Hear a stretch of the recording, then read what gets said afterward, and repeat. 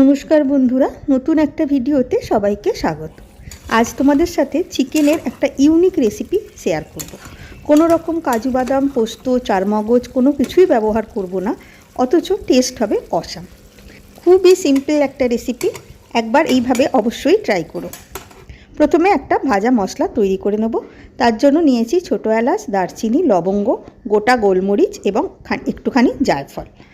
শুকনো খোলায় মশলাটাকে সুন্দর গন্ধ বেরোনো পর্যন্ত ভেজে নেব, তারপর ঠান্ডা করে মিক্সিতে গুঁড়ো করে নেব।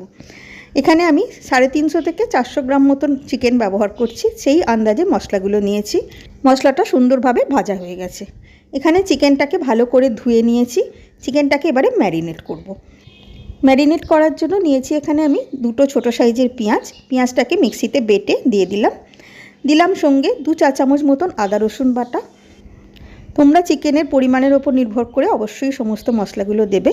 দিলাম 2 চা চামচ টক দই, কিছুটা লঙ্কা গুঁড়ো, কালারের জন্য কিছুটা কাশ্মীরি রেড চিলি পাউডার, কিছুটা হলুদ গুঁড়ো, স্বাদ অনুযায়ী নুন। দিলাম যে ভাজা মশলাটা তৈরি করেছিলাম সেটা মোটামুটি 1 টেবিল চামচের একটু বেশি আমি দিয়েছি। এই মশলাটাই কিন্তু একটু বেশি পরিমাণে দেবে, তবে টেস্টটা আসবে। দিলাম 1 চা চামচ কেওড়া জল। ভালো করে সব কিছুকে মাখিয়ে নিলাম। আগে থেকে কিছুটা জাফরান দুধে ভিজিয়ে রেখেছিলাম, সেটাও দিয়ে দিলাম। একসঙ্গেই সবগুলো দিয়ে দেবে, আমি ভুলে গেছি বলে পরে দিলাম। এইভাবে ম্যারিনেট করে 3 থেকে 4 ঘন্টা নর্মাল ফ্রিজে রেখে দেব। 3-4 ঘন্টা রাখার পর রান্না শুরু করার কিছুটা আগে মাংসটাকে বার করে নিলাম, যাতে ওটা নর্মাল টেম্পারেচারে এসে যায়। এবারে রান্নার জন্য 2 টেবিল চামচ সর্ষের তেলের সঙ্গে 1 চা চামচ গাওয়া ঘি মেশালাম। পুরো রান্নাটাই গাওয়া ঘিতে করতে পারো, তাতে টেস্টটা আরও বেটার হবে। তেলটা ভালো করে গরম হয়ে যেতে ম্যারিনেট করা চিকেনের পিসগুলোকে একে একে তেলের ওপর দিয়ে দিলাম। বাটিটা চেঁচে যে মশলাটা ছিল সেটাও সবটা দিয়ে দিলাম।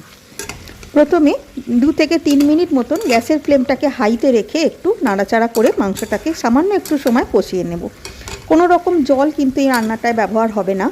নুনও আগে থেকে দেওয়া আছে, সেই নুন দেওয়ার ফলে চিকেনের গা থেকেও একটা জল ছাড়বে। পেঁয়াজের রস, আদা রসুনের রস, দই এইসবের মধ্যেই চিকেনটা সেদ্ধ হবে। এক্সট্রা কোনো জল কিন্তু অ্যাড করব না। 2-3 মিনিট কষিয়ে নেবার পর এইবারে গ্যাসকে একদম লো করে দিয়ে ঢাকা দিয়ে আস্তে আস্তে চিকেনটাকে রান্না করব।